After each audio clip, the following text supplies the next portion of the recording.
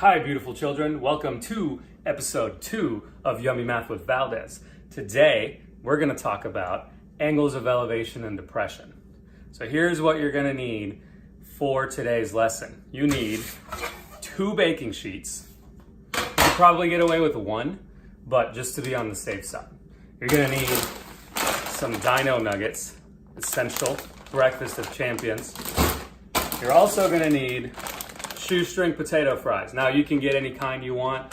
Just make sure they're like stick shaped and not like waffle fries or something like that. And finally, you need some aluminum foil. Now, in this household, we splurge for the non-stick foil. You can use whatever type you want, but I want you to check with your parents before you go spending money all frivolously like that. One of the most important things you're gonna do for this lesson is read directions. And I know you guys don't like to do that because you never do it on the quizzes and the tests, but you have to do it for this. The Dino nuggets are gonna cook at 350 for 9 to 11 minutes. So we're just gonna set them at 10 minutes. The potato fries are gonna cook at 420 for about 18 minutes. I don't know if I'm gonna do half a bag. That's a lot. All right, so my oven is already set at 350 degrees. I know the fries say to bake at 420, but I'm not gonna do that because I don't have time. Now, your model of oven might look slightly more modern than this.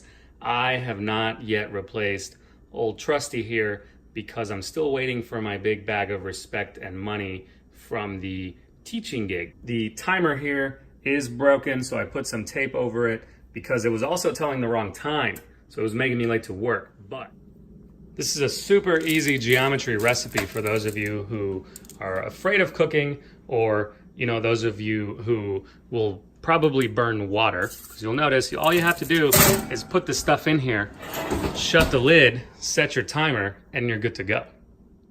Here we go, the food's ready. What I ended up doing with the fries is, remember the Dino nuggets went in for 10 minutes at 350. The fries then stayed in for 6 extra minutes. And since I like my fries crunchy, I left them in for 3 extra minutes set on broil. Our problem of the day, Dino Depression.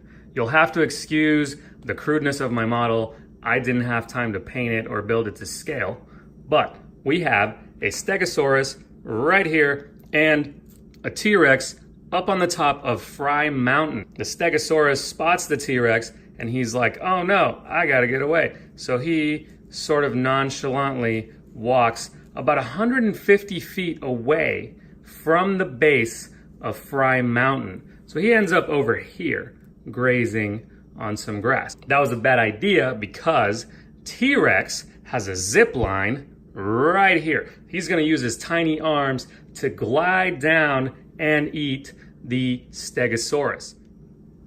The zip line is 350 feet long. Now, we already know the Stegosaurus is 150 feet away from the base of Fry Mountain.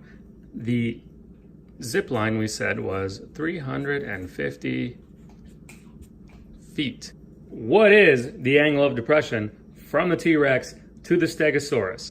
Remember that the angle of depression is measured from a horizontal line to the line of sight. In this case, the zip line.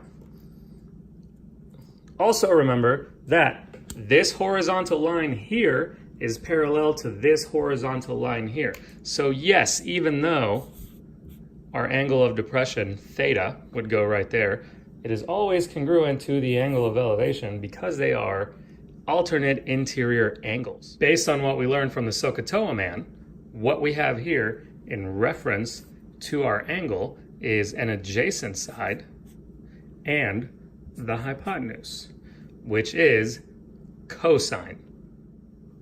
Since we're finding the measure of an angle, we have to do a little bit of trickery here. We said we're using cosine, so the way we're going to set this up is cosine of theta is equal to adjacent, which is 150 feet, over hypotenuse, 350. To solve something like this, we're going to take the inverse of both sides, and theta, or x, whichever you prefer, will equal the inverse cosine of 150 over 350. You're going to punch that into your calculator, and you're going to get approximately 65 degrees. Pretty steep. So there you have it, boys and girls. Angle of depression from the T-Rex to the Stegosaurus using the zip line is about 65 degrees. Here we go. Honk. Honk. Yummy.